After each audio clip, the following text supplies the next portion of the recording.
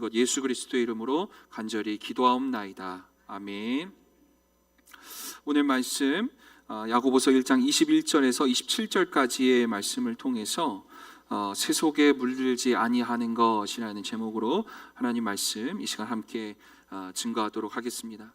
여러분 잘 아시겠지만 야고보서라고 하는 성경 말씀은 행함에 대해서, 실천에 대해서 굉장히 강조하고 있는 성경 책입니다. 믿음의 성숙도를 높이는 실천, 그 행함에 대해서 잘 강조하고 있습니다. 특별히 여러분 잘 아시는 바와 같이 내가 그리스도인입니다 라고 우리가 고백할 수 있으려면 이 믿음의 실천이 우리들에게 꼭 담보되어져야 될 것입니다. 그 성경 말씀이 오늘 우리가 읽은 성경 본문 22절 말씀에 사실은 잘 나와 있습니다. 22절 말씀을 우리 함께 다시 한번 읽어보도록 하겠습니다. 한 목소리로 읽겠습니다. 너희는 말씀을 행하는 자가 되고 듣기만 하여 자신을 속이는 자가 되지 말라. 아멘. 행하지 않는 자는 곧 자신을 속이는 자라고 하는 것과 같은 말일 것 같습니다. 그런데 사실 행하고 실천하기 위해서, 하나님 말씀을 잘 행하고 실천하기 위해서 우리가 어떻게 해야 할까라고 하는 고민으로 당연히 연결이 되어지는데 21절 친절하게 알려주고 있습니다. 우리가 하나님 말씀 행할 수 있도록 하기 위한 그 전제 조건, 그것을 21절 설명해 주고 있죠. 함께 읽겠습니다. 그러므로 모든 더러운 것과 넘치는 악을 내버리고 너희 영혼을 능히 구원할 바 마음에 심어진 말씀을 온유함으로 받으라. 아멘. 하나님 말씀을 우리가 실천하려면, 행하려면 하나님 말씀이 어떤 뜻인지를 알아야 합니다. 그 말씀의 뜻을 알기 위해서는 하나님 말씀이 우리 안에 들어와야 됩니다. 그리고 깨달아져야 됩니다. 그러기 위해서 우리 마음밭에 하나님 말씀이 잘 안착될 수 있도록 여러분 우리의 마음이 온유함을 품고 살아갈 수 있기를 주님의 이름으로 축복합니다. 하나님 말씀이 선포되어질 때 두 부류가 있습니다.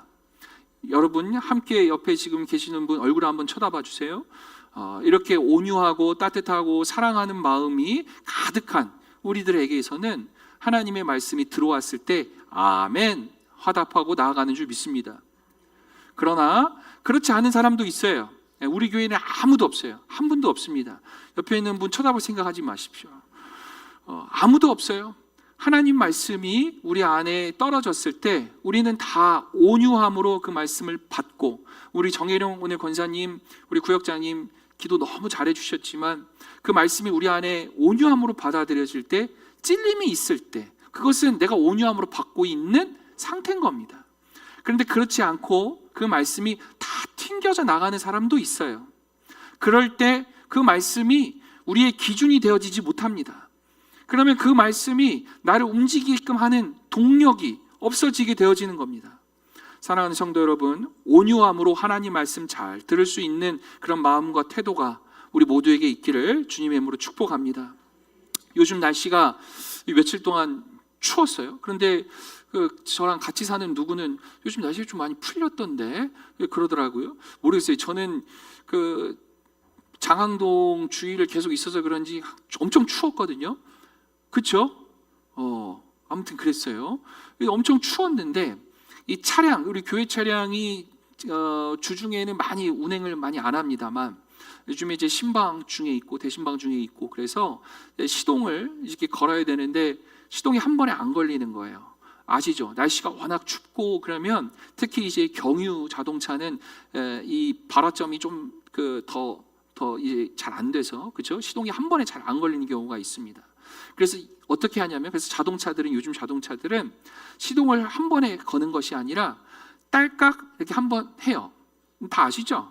이렇게 하면 그 노란색의 이 돼지꼬리처럼 생겨져 있는 이 표시가 불이 들어왔다가 그것이 꺼지게 되어지면 예열이 됐습니다라고 해서 시동이 걸리게끔 돼 있어요.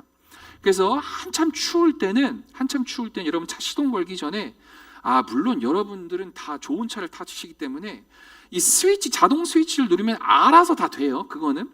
근데 우리 여러분들의 차는 너무나 좋고 그렇지만 우리 교회 차는 그렇지 않아요. 여러분, 그렇죠? 그냥 들으시라고요. 그냥 알고 계시면 됩니다. 우리 교회 차는 다 너무 오래됐어요. 자, 아무튼 그렇습니다. 그런데 이 교회차를 그래서 우리는 따각따각 해서 그 돼지꼬리, 노란색 그 돼지꼬리, 그게 불이 켜졌다가 꺼짐을 한 두세 번 해주면 시동이 걸립니다. 이걸 뭐 한다 그래요? 아까 말씀드렸던 대로 예열한다고 우리가 알고 있습니다. 예열이 되면 시동이 걸려요. 주님 말씀을 잘 듣기 위해서 여러분, 우리의 삶의 자리 가운데 항상 예열되어 있어야 됩니다. 우리가 온유한 마음을 가지고 하나님 말씀 받겠습니다 라고 마음과 태도를 가지고 일주일 내내 살아오지는 못하더라도 일주일 7일일진데 한 6일 내내 하나님 없이 살아오시다가 일주일에 딱 한 번 주일날 교회 와서 말씀 듣고 하나님의 말씀 내 온유함으로 내가 받겠습니다 라고 하면 그거 시동 안 걸려요. 시동 안 걸리면 어떻게 되는지 아세요? 아니, 시동이 걸린다 해도 어떤 현상이 나타나냐면 차가 그 모든 엔진 오일이 다 이렇게 엔진에 퍼질 때까지 차에서 끽끽끽끽 이상한 소리가 납니다. 그 팬 돌아가는 소리, 엔진 돌아가는 소리가 이상한 소리가 나요. 여러분, 우리가 예열되지 않고 하나님 말씀 자리에 나오잖아요. 이상한 소리가 나옵니다. 말씀을 받지 못하고 그 말씀을 온유함으로 받지 못하고 자동차가 예열되지 않은 상태에서 시동 걸면 이상한 소리가 나듯이 이상한 소리가 나올 수밖에 없어요. 그래서 여러분께 권면드리고 싶어요.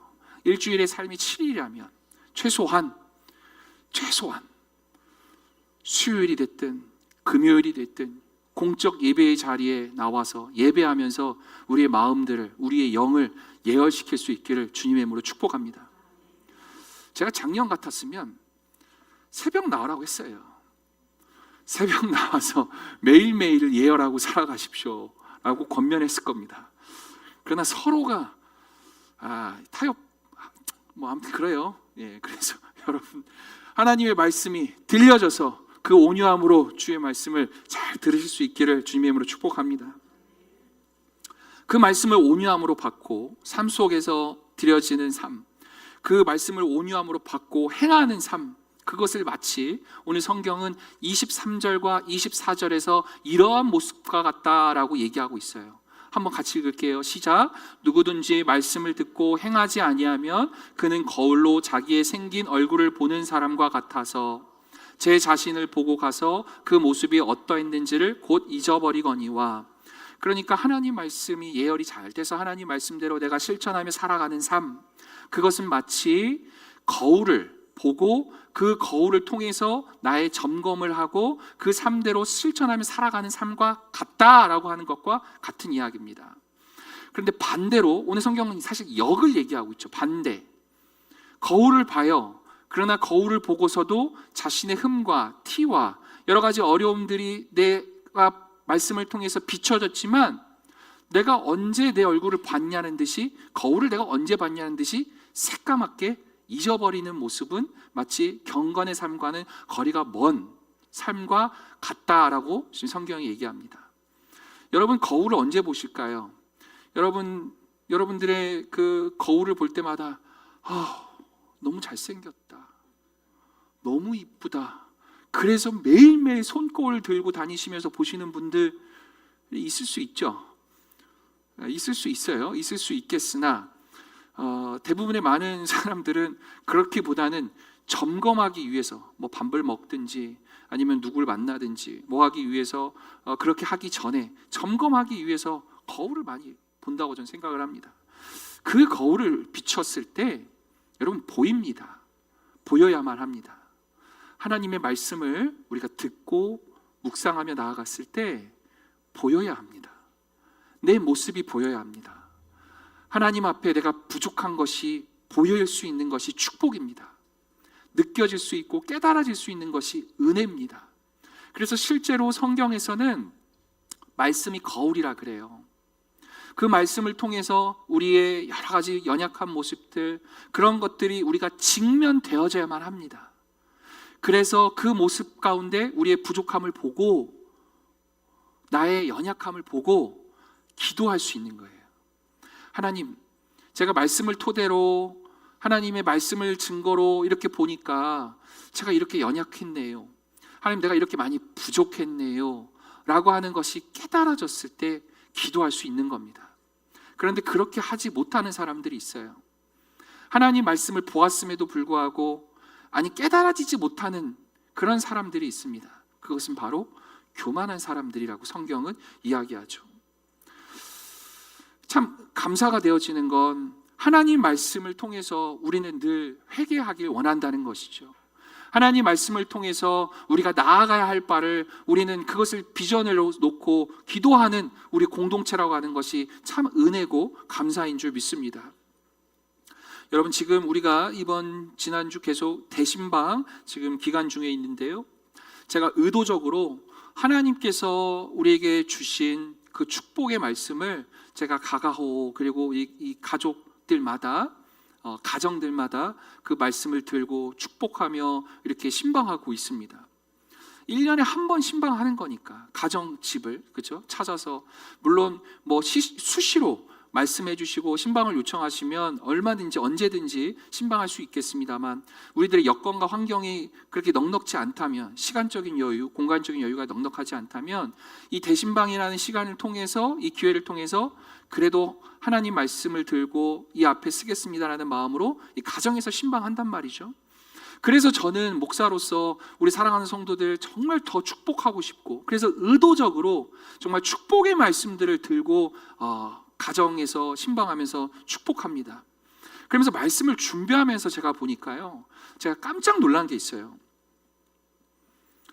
하나님은 우리들에게 너무나 선명하게 축복의 비결을 다 알려주셨다는 겁니다.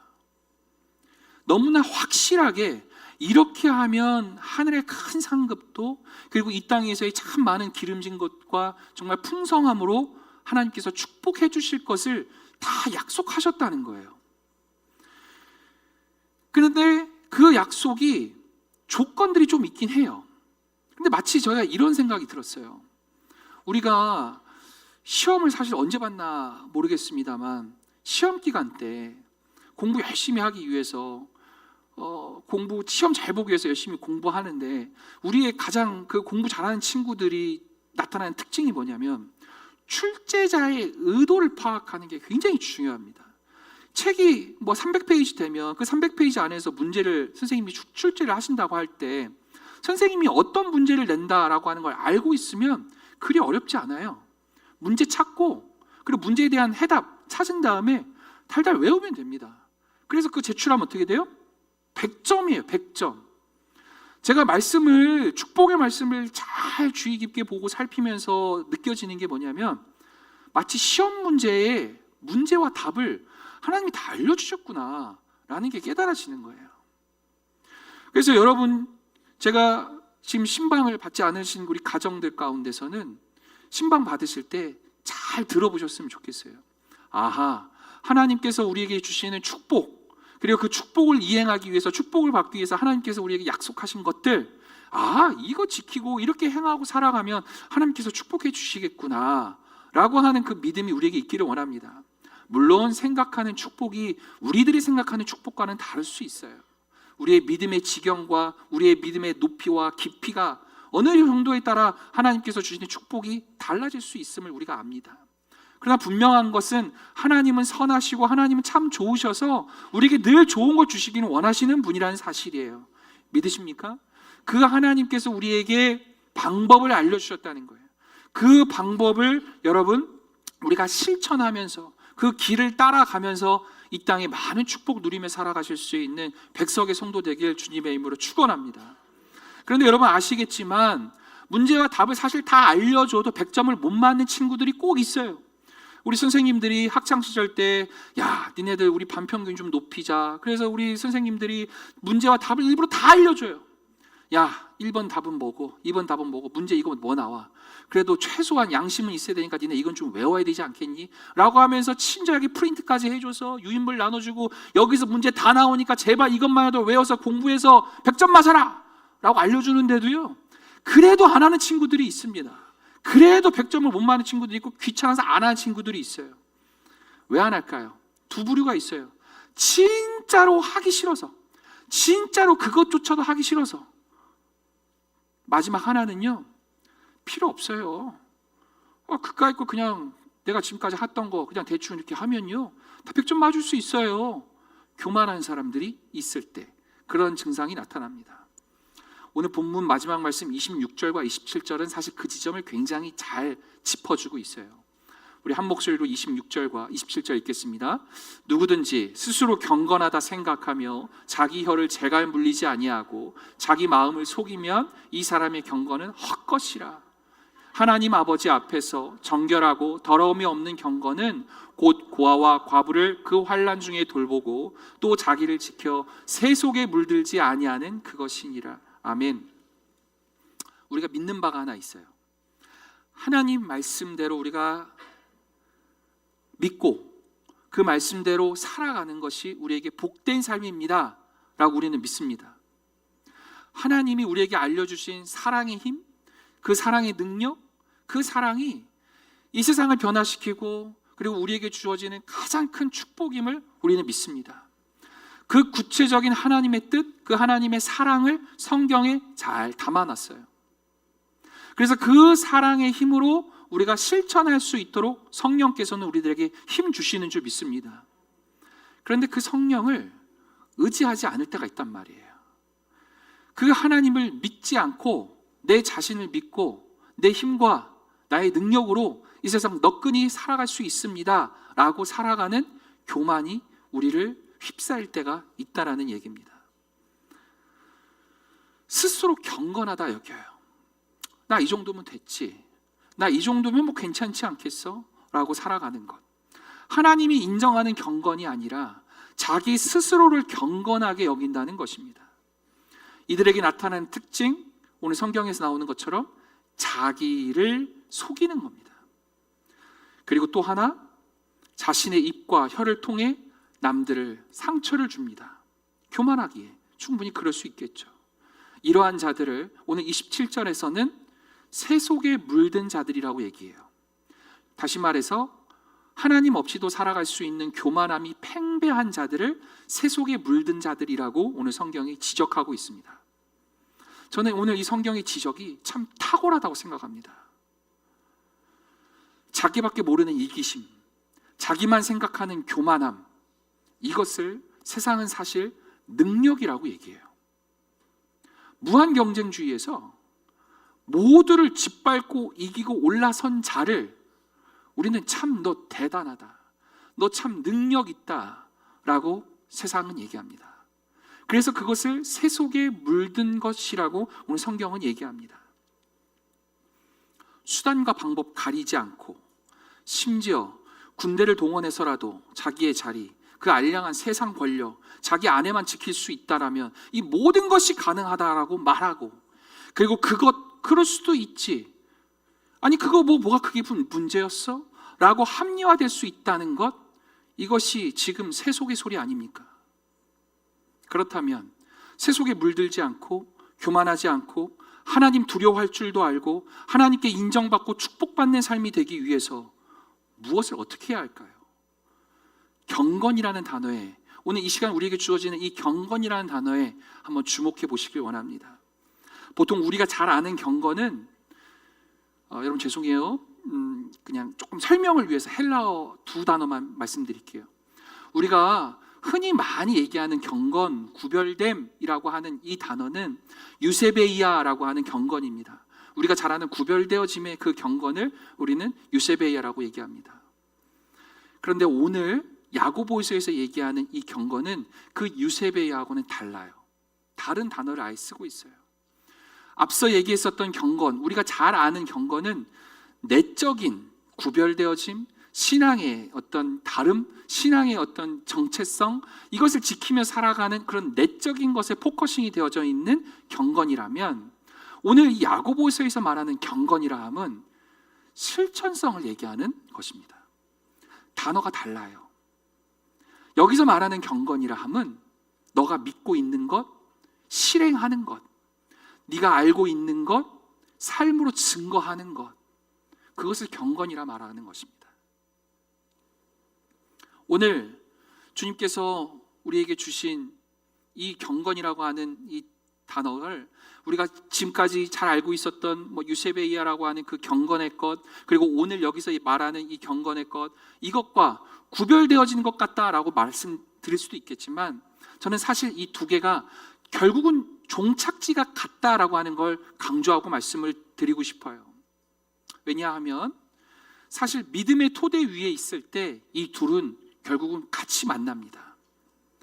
예수를 닮고 싶다는 여러분들의 그 마음, 그 믿음, 예수 따라 살고 싶다라고 하는 그 믿음, 예수님처럼 사는 것이 가장 행복한 삶이라고 하는 그 믿음, 예수의 길, 그것이 험난하고 힘들고 어렵지만 가장 축복된 삶이라는 믿음이 유세베이아의 그 믿음이라면, 오늘 이야기하는 경건은 실제적인 믿음의 고백으로서 우리 주위의 성도들을 돌아볼 수 있고, 우리 이웃들을 바라볼 수 있고, 사람들을 품을 수 있고, 나라와 민족까지 품을 수 있으며, 더 나아가서 하나님이 지으신 전 피조물, 이 피조 세계까지 품게 되어지는 그 행함으로 나아가는 믿음의 실천이 또한 경건이기 때문에 그렇습니다. 따라서 이 경건은 사실은 연결되어져 있죠. 뗄래야 뗄 수가 없죠. 예수가 그리스도이심을 믿는 믿음, 그 예수로 충만하게, 성령으로 충만하게 사는 것이 진정 은혜입니다. 감사입니다. 그것이 정말 행복한 삶입니다 라고 믿을 수 있는 그 믿음, 이 모든 것, 그리고 그에 따른 실천, 이 둘은 결국 만나게 돼 있다는 거예요. 그래서 야고보 선지자가 강조한 거예요. 너희들의 믿음이, 살아있는 믿음이 있기 위해서는 행함이 있어야 된다고. 결국 믿음의 최종 종착지는 세상의 소리에, 세속에 물들지 않는 이 사랑의 실천이 우리들에게 있어야 되는 줄 믿습니다. 지금으로부터 한 세기가 넘는 106년 전에 이 믿음의 토대 위에서 살아갔었던, 행함의 경건을 보여주었던 그리스도인들이 있었습니다. 여러분, 106년 전이면 몇 년도예요? 1919년입니다. 1919년 3월 1일 우리가 지금 봤었던 이 경건을 실천했었던 그리스도인들이 있었어요. 예수의 사랑으로 무장한 그리스도인들이 있었어요. 그 믿음을 토대로 경건의 실천으로서 태극기 흔들고 온몸으로 일제의 칼과 총에 맞섰던 그리스도인들이 있었습니다. 생명과 자유를 주신 하나님의 뜻과는 정반대되는 세속의 소리가 판을 치고 있었던 제국의 침략과 그 역사의 상황 속에서 우리 믿음의 선조들은 그 역사의 세속에 물들지 않도록 목소리 냈고 태극기 흔들며 항거했습니다. 민족과 신앙을 동일시했었던 우리의 신앙의 선조들은 그 세속의 소리에 물들지 않았습니다. 그것은 악입니다. 그것은 하나님이 기뻐하시지 않습니다. 믿음의 토대 위에서 목숨 걸었었던 거예요. 그래서 그들은 자신이 놓여져 있는 그 역사적 상황 가운데서 환난 중에 놓여져 있는 고아와 과부를 모른 척하지 않았습니다. 위안부로 끌려가 성고문을 당하는 이들을 위해서 목숨 걸었습니다. 강제 노역에 동원된 이들의 해방을 위해서 목숨 걸었습니다. 이유도 없이 학살당하고 있는 이웃들을 위해 그들은 태극기를 들었고, 자유와 독립을 위해 기도했다라고 하는 그 교회, 그래서 그 교회의 성도들을 다 몰아놓고 총으로 쏴 죽이고 불 지르고 그 엄청난 폐악질이 나타나는 그 상황 가운데서도 그들은 세속에 물들지 않았습니다. 그 세속이라 함은 타협하면 된다. 타협하면 된다. 그냥 한눈 감고, 지그시 눈 감고 그들의 편에 서서 살아가면 우리도 살 수 있다. 그리고 해방은 요원하다. 자유와 독립은 우리와 너무 먼 이야기다 라고 하는 그 세속의 소리에 그들은 물들지 않았다는 겁니다. 그들은 해방과 자유를 선포하시는 하나님의 선하심을 믿었습니다. 믿음의 순종으로, 행함의 실천으로 그들은 신앙 양심을 지키고 실천한 겁니다. 오늘날 여전히 우리 주위에는 쇠속에 물든 이들의 소리가 들립니다. 아니, 우리들을 쇠속에 물들게끔 하는 소리가 너무나 많이 들립니다. 위안부도 강제노역도 다 자신들이 원했던 것이었다고, 그들이 돈 벌기 위해 했던 것이었다고, 그들이 원해서 그들에게 나아갔던 것이었다고, 근대화를 위해서 일제강점기에는 어쩔 수 없이 겪어했었던 희생일 뿐이었다고, 그래도 그 시기를 통해 우리는 근대화된 거 아니었냐고, 어쩔 수 없는 희생 아니었냐고, 이와 같은 쇠속에 물든 이들의 소리가 여전히 우리 주위에 많이 들립니다. 쇠속에 물들지 않는 우리 믿음의 선조들은 복음을 향한 열정으로 무장했습니다. 그리고 예수 신앙을 품고 자기 자신만으로서의 경건이 아닌 주님이 명하신 자유와 해방을 온누리에 뜨겁게 전했습니다. 자기 자신만을 위한 경건이었다면 그들은 교회 안에만 갇혀 있었어야겠죠. 일제강점기를 연구하다 보면 우리는 많은 도전을 받습니다. 자기 자신의 안위만을 위해 썼던 신앙인들이 있었고, 정말 나라와 민족과, 아니 오늘 성경의 증거에 의하면 가난 속에 놓여졌던 고아와 과부와 환우들을 위해서 헌신하며 살아갔었던 그리스도인들이 있었습니다. 최소한 우리 기장의 뿌리가 되어지는 우리 신앙 선조들은 항상 역사 앞에서 가난한 자들의 편이었습니다. 민족을 위해 투쟁할 줄 아는 자들이었고, 하나님의 정의를 위해서 목숨 걸고 싸울 줄 알았었던 신앙의 항거와 그 절개와 지조가 있었던 믿음의 선배들이 기장인들이었습니다. 여러분은 한국 기독교 장로회에 속한 성도들입니다. 세상에 쇠속의 소리가 자꾸만 커져가는 것이 참 마음이 불편합니다. 그 쇠속의 소리 가운데 기독교인이라고 한다는 사람들이, 하나님을 믿는다라고 하는 사람들이 그 쇠속에 너무나 물든 소리가 요즘 너무 많이 들려지는 것 같아 너무나 속상합니다. 여러분, 분별하셔야 됩니다. 쇠속에 물들고 살아가시면 안 됩니다. 하나님께서는 우리를 자유케 하십니다. 하나님께서는 우리에게 해방을 주시기를 원하십니다. 우리가 살아가는 이 세상 가운데서 쇠속에 물들지 않고 자유함과, 그리고 그 무엇도 우리를 구속하지 않는 그 해방의 자유함, 그 사랑의 하나님, 우리를 자유케 하시는 하나님, 그 주님의 무엇을 원하시고 계실까? 우리는 분별할 수 있는 지혜로움이 이 땅을 살아가는 우리들에게 정말 필요한 시기입니다. 그러기에 여러분, 우리가 더 겸손함으로 기도할 수 있어야 됩니다. 하나님의 뜻을 구할 수 있어야 됩니다. 역사 앞에 우리가 설 수 있기 위해선 단단한 믿음이 있어야 됩니다. 1919년 3월 1일 목숨을 걸었던 이들에게 나타났었던 그 특징은 아주 귀한 믿음이 있었어요. 그 믿음이 뭐였는지 아세요? 하나님은 선하셔서 지금 내가 이 땅에 이 믿음의 증표로 설사 순교한다 할지라도 하나님은 가장 아름다운 길로 나를 인도하실 것이다 라는 믿음이 있었어요. 그 철저한 신앙과 하나님 나라의 믿음과 소망으로 그들은 역사 앞에서 도망치지 않았고 그 역사 가운데서 항거할 수 있었다는 겁니다. 저는 우리 성도님들이 삶의 자리 가운데서 하나님을 겸손히, 하나님을 충만하게 경험하는 우리 모두가 되었으면 좋겠습니다. 사랑하는 성도 여러분, 쇠속에 물들지 않고 살아가실 수 있기를 원합니다. 쇠속이 주는 유혹이 너무 커요. 특히 우리가 연약하고 힘든 상황일수록 그 유혹에 넘어질 때가 참 많이 있습니다. 달콤한 유혹이 옵니다. 왜요?